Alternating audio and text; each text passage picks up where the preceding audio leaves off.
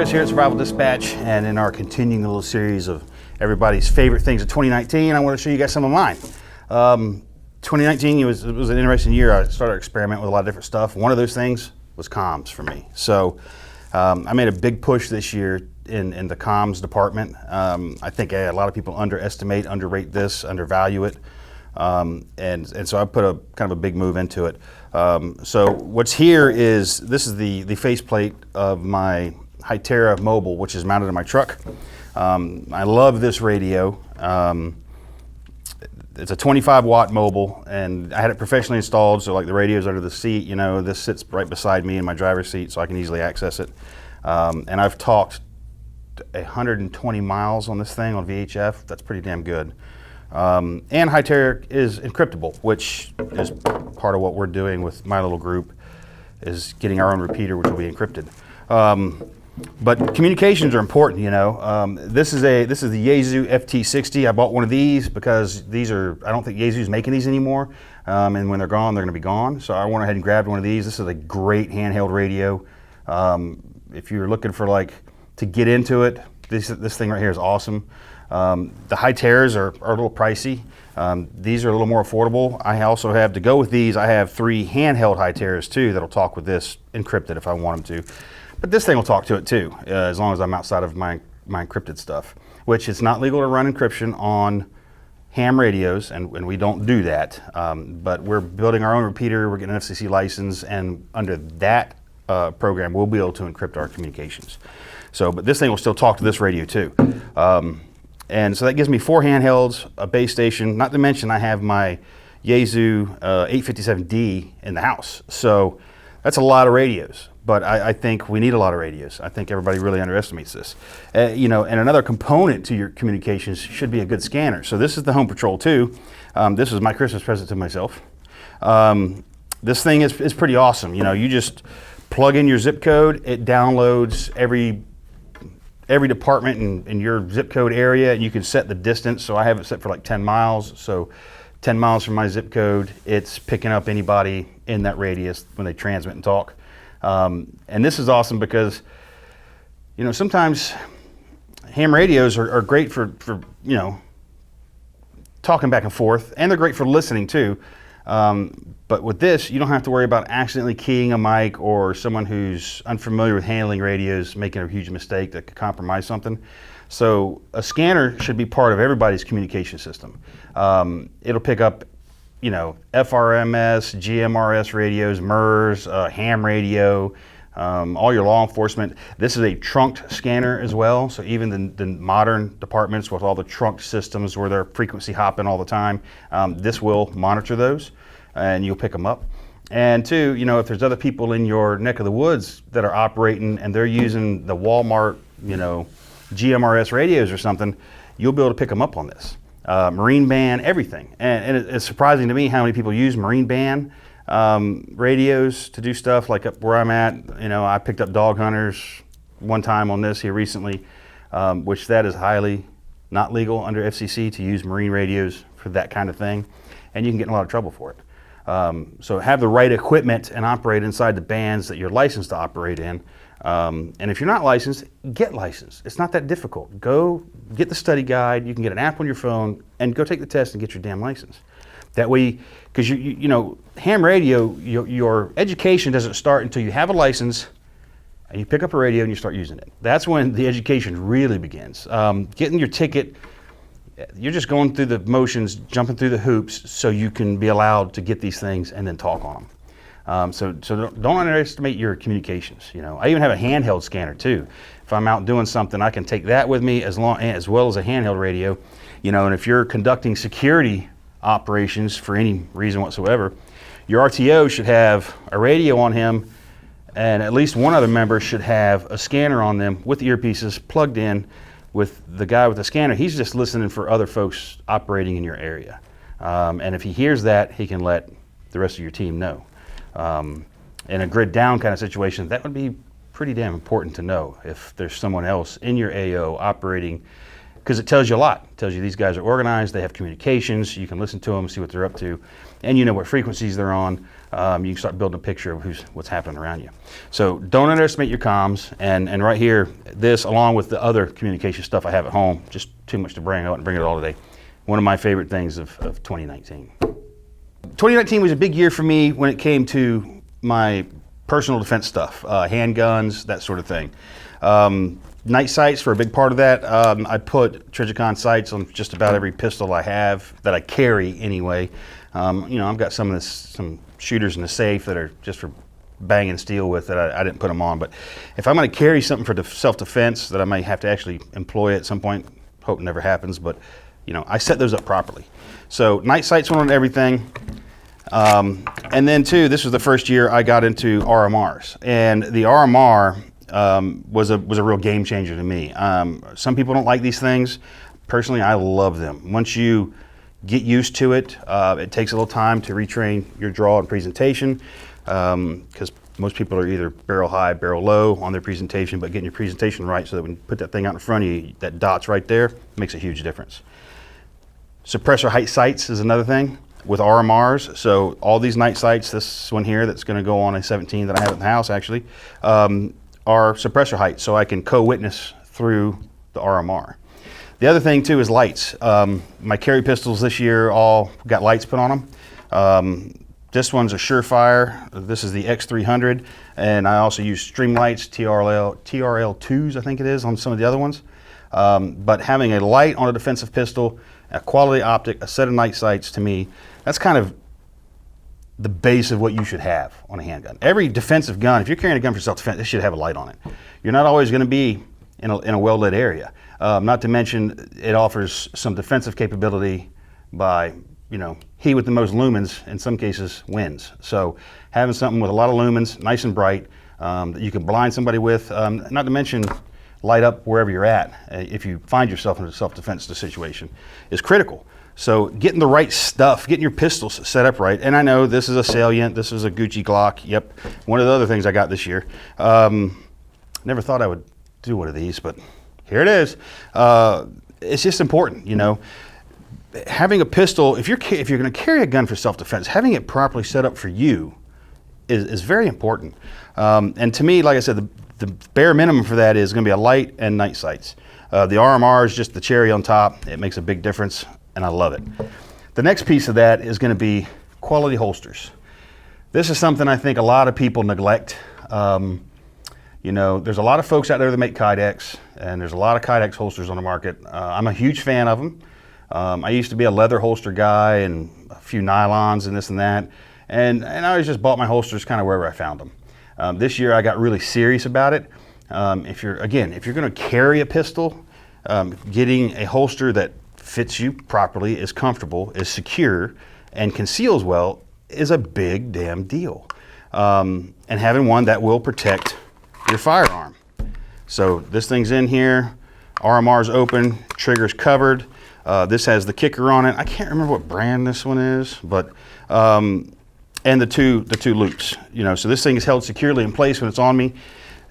Don't skimp on your holsters. People spend a lot of money on the weapons, and then they buy cheap ass holsters. You know, I've seen guys up in like North Carolina. It cracks me up. I'll be wandering around and see people in public walking around with a really nice pistol and an Uncle Mike's Velcroed down holster. You might as well be wearing a flap holster and a cross draw. You know, it's going to take you forever to get that thing out. You know, you got to think about how fast can I employ this, and you know, and where do I carry it? And that's another thing to work on too. I changed my carry position this year. I used to always carry it at the 4 o'clock back here. I now carry appendix here. It's so much faster. If you're seated, you can still draw. If you're buckled into your car seatbelt, where's your seatbelt clip at usually? Just about the 4 o'clock position. Nearly impossible to draw from that in your vehicle. And you very well may have to defend yourself from your vehicle. So get your holsters right, get your pistols set up right, you know, get the right accessories on them that work for you, of course, because I'm not you, but you know, everybody's different. This is what works for me. And this is my standard now. Every pistol that I will carry for self-defense is set up exactly like this, and every one of them has a quality holster to go with it. So that's another one of my top picks of 2019. This one may seem a little crazy to some folks. I know a lot of you are out there going to be like, I'd never have that thing, but I love this little tool right here. So this is the Leatherman Raptor. So this is their take on the EMT shears. As you just saw, it folds up very easily. 2 buttons you mash, each handle folds in. You close this thing up. Very small form factor. That's what I like about it. It's very small. But beyond just your conventional EMT shears, it's got a few other features. One, it's got a carbide glass breaker on the end of it. So if I need to bust out a window to get out of a vehicle, I can do that. This thing lives in my truck. It's clipped in where it won't, let's just say for some reason should my truck roll, it will still be there. And that's one of the things that I like about this is that positive retention. It's not going to fall out. I mean, it probably could with enough violence, but I'm hoping it's going to stay where it's put in my truck. That way, if I need to get out of my truck, if I can't get my seatbelt off, one of the other advantages to this thing is it has a built-in seatbelt cutter. So I can open this thing up, and you can even open it up one-handed, the seatbelt cutter. It folds right into the handle. You can get it open like that. You can rip a seatbelt. If I have to, I can break a window, and then I can get out of a vehicle. Not only that, it keeps a pair of EMT shears close to me all the time in my truck. We all drive around every day, and we've all seen accidents on the road. A good buddy of mine, just 2 days ago, I think it was the first person on the scene of a very, very bad accident on I-75 near Tampa. It took him and like 3 other men quite a bit of time just to get the driver's door of the pickup truck open to try to get to the woman inside, who sadly did die in her accident. But you know, keeping some tools in your truck to deal with this kind of thing is a big deal. And because of his experience, one of the things I added to the bed of my truck, big crowbar, because that's what it took to do it, to get that door open on that truck. But you know, keeping some tools like this, you know, it'll cut anything. That's another great thing about it. I've used it to cut all kinds of stuff. I don't just use this for first aid.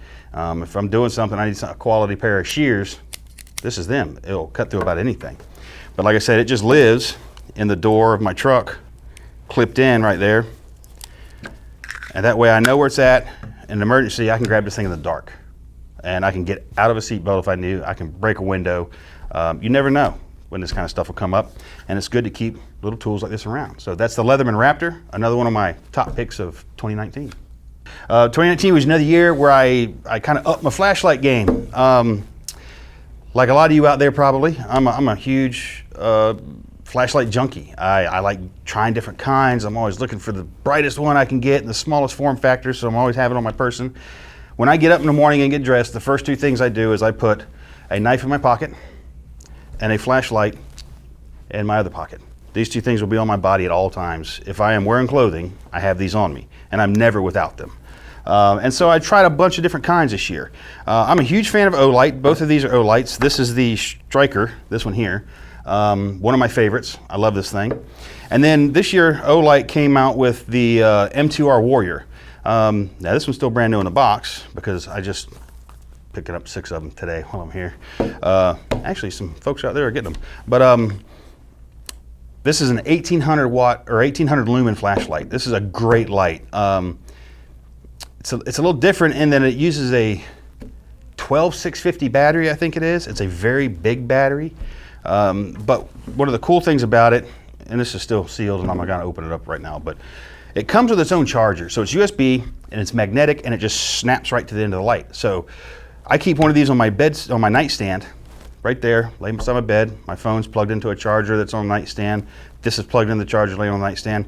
If something goes bump in the night, I can grab this and just pick it up. The charger will fall away and then I can pick up a pistol like the one I was showing earlier with a light on it. I will have 2 lights and a pistol in my hand. I think everybody should carry a quality flashlight on their person all the time. And some of you would be like, well, you know, it's daylight. You know, when I'm away from home, it's daylight. I don't need a flashlight. Well, we all go into buildings every day. Modern construction is not conducive to letting light in to the interiors of buildings and airflow. 2 things that we forgot how actually function, I guess, in architecture and engineering. So having a flashlight on you is important. One of my favorites is the SureFire Tactician by our good buddy James Yeager. He designed this, SureFire markets it. This is one I carry a lot, especially if I'm considering a self-defense sort of carry light, this is the one that I probably go with, because I like the momentary. I mean, you can turn it on and leave it on. It has 2 settings. It has the high one you're seeing here, and then it has a very low, very dim, but very capable if you're moving around in a dark environment and you don't want to, flood an area with light. The low setting on this thing is awesome. I use it a lot moving around the house at night. If I wake up in the middle of the night and go do something, I don't turn on lights and wake up metal. I just grab one of these lights. And again, this is usually sitting on the nightstand too. And this is in the drawer of the nightstand, and there's a bunch of others there. But having quality flashlights, good ones, is a big deal. My buddy Don Edwards with Greenline Tactical had a quote that I thought was really apropos when it came to flashlights. Night vision is an awesome thing. And I've had night vision for some time, so that's why it's not one of my favorite things this year, but it is one of my absolute favorite things. But if you don't have the money to buy good night vision, and by that I mean $3,000 to $5,000 to spend on a single piece of night vision, you're better off spending $1,000 on flashlights. That's what he said. And I thought about it, and I'm like, he's right. A cheap night vision, really, you're wasting your money. It's not worth it. You'd be better off to go spend $1,000 and buy a bunch of quality flashlights and just be able to light up whatever the hell you're looking at. So quality flashlights, absolutely one of my favorite things of 2019. And the Olights and the SureFire were the ones I came up with this year. Huge fan of them. Changed my game for flashlights a lot, and I love these things. One last item, well, I guess it's kind of 2 items, but they're the same thing, of my favorite things of 2019. And that's going to be my Sparrow lockpick set. Now, lockpicking is a skill I think that a lot of people underestimate. I know some guys that work in contracting that said that they have come across multiple instances where being able to pick a lock would have made a huge difference to them. And they subsequently went out and learned the skill. It's not as hard as people think it is. It is difficult. I'm not going to lie to you. It does take some time. It is a perishable skill. It's something you got to work on. But having a decent set of lock picks can really make a difference. Getting in, I've locked myself out of my house before and got into it. I've accessed padlocks on my property when I didn't have my keys with me, but my lock picks are laying in the truck, and I just grabbed those and I picked the lock and got right into whatever I wanted to. It's also a good way to know how good your locks are. Because I've got some locks that I was going to use until I went to pick them, and I picked them so fast that I was just like, yeah, these are garbage, so I'm not putting these on. So lock picking is a good skill. It's so important to me that I even carry a set in my wallet. So now this is an ITS Tactical set that lives in my wallet. Now, depending on where you live, there's some legalities involved with carrying lock picks. In some places it's very illegal to do so. But Florida is one of those states where it comes down to intent. So these can be considered burglary tools. But like in my state of Florida, it comes down to intent. What was my intention with these when I was found with them? Now if I'm caught at the back of a 7-Eleven at 3 a.m. picking the lock, pretty obvious what my intentions are. But just having this in my truck by itself is not illegal. I would suggest you consult your local laws on these.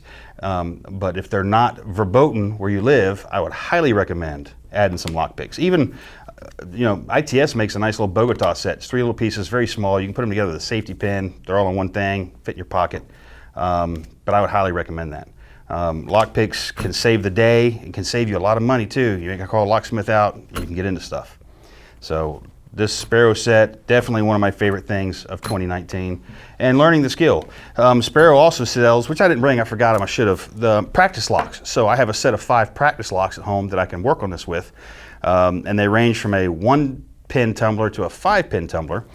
And it lets you develop your skill. And Little Bit loves to practice lock picking. She loves to take those locks and sit down and work on them and try to pick the locks. So, and I like watching her do it. It's a lot of fun. It's a great skill. I think everybody should learn it and have the stuff to do it with. You never know when it might be the difference between, it could even be life and death. You never know. But that's my last item, that's my favorite item of 2019. So I've shown you a bunch of stuff. I know some of the other guys, they've got videos showing you kind of all their favorite goodies too. What are some of your favorite things of 2019? What did Santa bring you that you're really excited about? Or what did you come across this year that you maybe didn't know you needed or didn't know you wanted till you saw it and you're like, wait a minute, that will fix this problem for me perfectly. We never know. There's so much stuff out there, which is why guys like us here, we get a lot of things to try and mess with. Because you never know what's going to make the difference for you. And so we're always trying different gear. We buy a lot of stuff here at Survival Dispatch at our own expense. This stuff isn't given to us. We buy all this stuff. And a lot of it's just to test it and to be able to show it to you guys. So post up in the comments. Let us know what some of your favorite things were. Click the like button. Click the bell so you know when new videos come up. And if you're not a member of Survival Dispatch Insider, hit the link down there and subscribe. You get a 14-day free trial. There's loads of information in there. And you will not be disappointed with the Insider magazine we put out every month. I promise that.